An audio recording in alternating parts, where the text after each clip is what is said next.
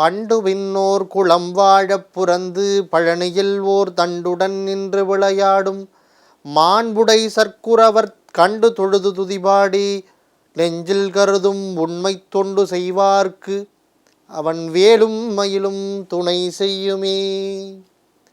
பழனி வண்ணச்சரவம் தண்டபாணி சுவாமிகளினுடைய பாடல் வரிகளை நினைவு கூர்ந்து முருகப்பெருமானினுடைய திருவருளை பற்றி பேசுகிற ஒரு பெரும் வாய்ப்பை தந்த மக்கள் தொலைக்காட்சிக்கு நன்றிகளை சொல்லி, மக்கள் தொலைக்காட்சியின் புத்தம்புது காலை என்கிற நிகழ்ச்சியில்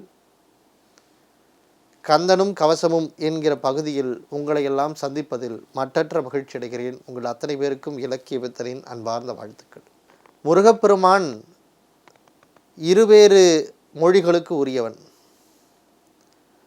சும்மா இரு சொல்லற என்கிற தத்துவத்தை நமக்கு காட்டுபவனாக விளங்குகிறான்.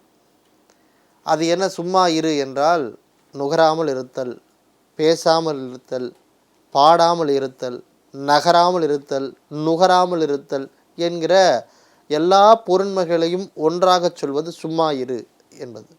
சிந்தையை இடைக்கையே சும்மா இருக்கின்ற சீரறிய தத்துவம் என்று வேதாந்திரி மகரிஷி அவர்களுடைய பாடல் ஒன்று குறிப்பிடுகிறது.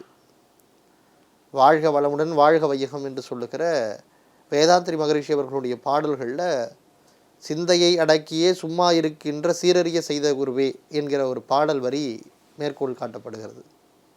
அது என்ன சும்மா இருக்கிறது அப்படின்னா, ஒரு நிச்சய காமிய நிலையில் இருக்கிறது, அதாவது அமைதியாக இருப்பது. அது என்ன அமைதியாக இருக்கிறது? உடம்பால், உள்ளத்தால், சிந்தனையால், உயிரால், செயல்பாட்டால் எல்லாவற்றிலேயும் அமைதியாக இருந்து உணர்வது. அதற்கு பேர் சும்மா இருத்தல் என்பது பொருள். சொல் அற அப்படின்னா என்ன அப்படின்னா, மனம் வாக்கு செயல் இவை மூன்றையும் அமைதியாக வைத்திருப்பது. சொல் அற என்றால் மனம் வாக்கு செயல் இவற்றை அமைதியாக வைப்பது. ஆக சும்மா இருப்பதும் சொல் அற இருப்பதும் எப்படி இருக்க முடியும் என்றால் முருகனுடைய திருவருளால் புரிந்து கொள்ள முடியும். சும்மா இரு சொல் அற என்பதைத்தான் இந்த பாடல் நமக்கு சொல்லி காட்டுகிறது. அந்த பாடல் இதோ: செம்மான் மகளை திருடும் திருடன் பெம்மான் முருகன் பிறவான் இரவான் சும்மா இரு சொல்லற என்றலுமே அம்மா பொருள் ஒன்றும் அறிந்திலனே. முருகப்பெருமான் பல கேள்விகளுக்கு விடைய தெரியாத கேள்விகளுக்கு சூட்சமமான பதிலாக இருப்பவர். அதுதான் இந்த பாட்டில் அவர் விளக்கி சொல்கிறார். இப்போ சும்மா இரு சொல்லற இரு என்கிற இரண்டிற்குமே தத்துவமாக விளங்குபவன் முருகப்பெருமான் என்று காட்டுகிறார். அது என்ன? செம்மான் மகளை திருடும் திருடன். செம்மையான நிறத்தை உடைய பெண்மணியாக இருக்கிற பெண்ணே, அவளை திருடக்கூடியவன் என்பது பொருள். அதாவது சில பேர் பாராட்டுற மாதிரி திட்டுறது, திட்டுறது மாதிரி பாராட்டுறது.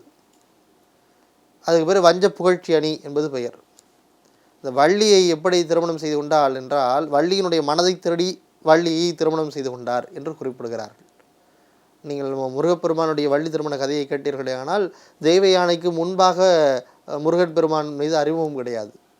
தந்தையை காப்பாற்றிய காரணத்தால் தெய்வ யானை திருமணம் செய்து கொள்ளுகிறார்.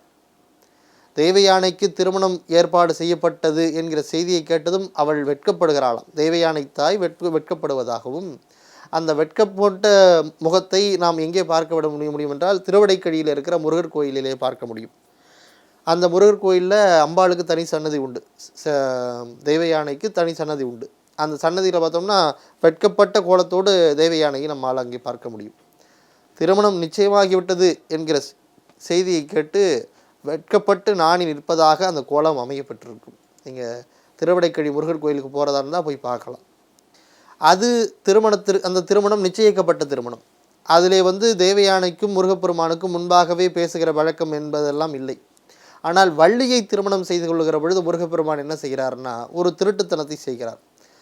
அந்த திருட்டுத்தனத்தை செய்து முருகப்பெருமான் வள்ளியை திருமணம் செய்து கொள்ளுகிறார். ஒரு முதியவராக வேடமிட்டு விநாயகப் பெருமான் யானை ரூபத்திலே வள்ளியை ஆட்கொள்ளுகிறார் என்கிற வரலாற்றை நாம் பார்க்கிறோம், படிக்கிறோம், கேட்கிறோம். அப்படி செம்மான் மகளை திருடும் திருடன் என்று நம்முடைய அருணகிரிநாத பெருமகனார் குறிப்பிடுகிறார். திருடன்னா திருடன் கிடையாது, உள்ளத்தை கொள்ளையடிப்பவன் என்பது பொருளாக எடுத்துக்கொள்ள வேண்டும். அப்படி செம்மான் மகளின் இதயத்தை திருடக்கூடியவனாக இருக்கிற முருகப்பெருமான் பெம்மான் முருகன் பிறவான் இரவான். அவனுக்கு பிறப்புன்றது ஒன்றும் கிடையாதான், இறப்புன்றது ஒன்றும் கிடையாதான். தமிழைத்தான் சொல்லுவார்கள். என்று பிறந்தனள் என்று இயல்பறியாதவள் தமிழ் அப்படின்னு சொல்லுவாங்க. அதை போல முருகப்பெருமானும் சிவபெருமானும் ஆதியும் அந்தமும் இல்லாதவர்களாக இருக்கிறார்கள். பிறப்பு என்பது தொடக்கம், இறப்பு என்பது முடிவு. ஆதியும் அந்தமும் இல்லாமல் முருகப்பெருமான் நமக்கு அருளாட்சி செய்து கொண்டிருக்கிறார். ஆக செம்மான் மகளை திருடிய திருடனாக இருக்கிற முருகப்பெருமான், பிறப்பும் இறப்பும் அற்றவனாக இருக்கிற முருகப்பெருமான், அந்த முருகப்பெருமான் தான் சும்மா இரு சொல்லற என்கிற 2 தத்துவத்தையும் செய்கிறான் என்று நமக்கு அருணகிரிநாதர் சொல்லி, அதை எப்படி ஒரு தனி மனிதனால் புரிந்து கொள்ள முடியும், அந்த அளவிற்கு நமக்கு அறிவில்லையே என்று அவர் குறிப்பிடுகிறார். அம்மா பொருள் ஒன்றும் அறிந்திலேனே என்று அவர் குறிப்பிடுகிறார். ஆக இந்த உலகம் இயங்கிக் கொண்டிருக்கிற உலகம். அது சும்மா இரு சொல்லற இரு என்றால், ஒரு நிமிடம் இந்த உலகமும் இந்த மக்களும் அமைதியாக நிற்கிறார்கள், எந்த செயலும் இல்லாமல் இருக்கிறார்கள் என்று சொன்னால் அது எப்படி சாத்தியமாக இருக்க முடியும்? அப்படி இருக்கிற ஒன்றை, சூட்சமமாக இருக்கிற ஒன்றை முருகப்பெருமான் இயக்குகிறான். அதை சும்மா இருக்க வைப்பதும் முருகன் தான், அதை செயல்படுத்த வைப்பதும் முருகப்பெருமான் தான் என்கிற தத்துவத்தை சொல்வதற்காக இந்த பாடலை அருணகிரிநாதர் தந்திருக்கிறார். ஆக முருகப்பெருமான் எல்லா இயக்கங்களுக்குள்ளேயும் இயங்கிக் கொண்டே இருக்கிறான். சும்மா இருக்கிற பொருளிலேயும் அவன் சும்மாக இருக்கிறான் என்பதைத்தான் இந்த பாடல் நமக்கு விளங்கி காட்டுகிறது. மிக தத்துவத்தை காட்டுகிற, மிகப்பெரிய தத்துவத்தை நமக்கு இயல்பாகவே எளிதாகவே காட்டுகிற இந்த பாடலை மீண்டும் ஒரு உரை சொல்லுகிறேன்.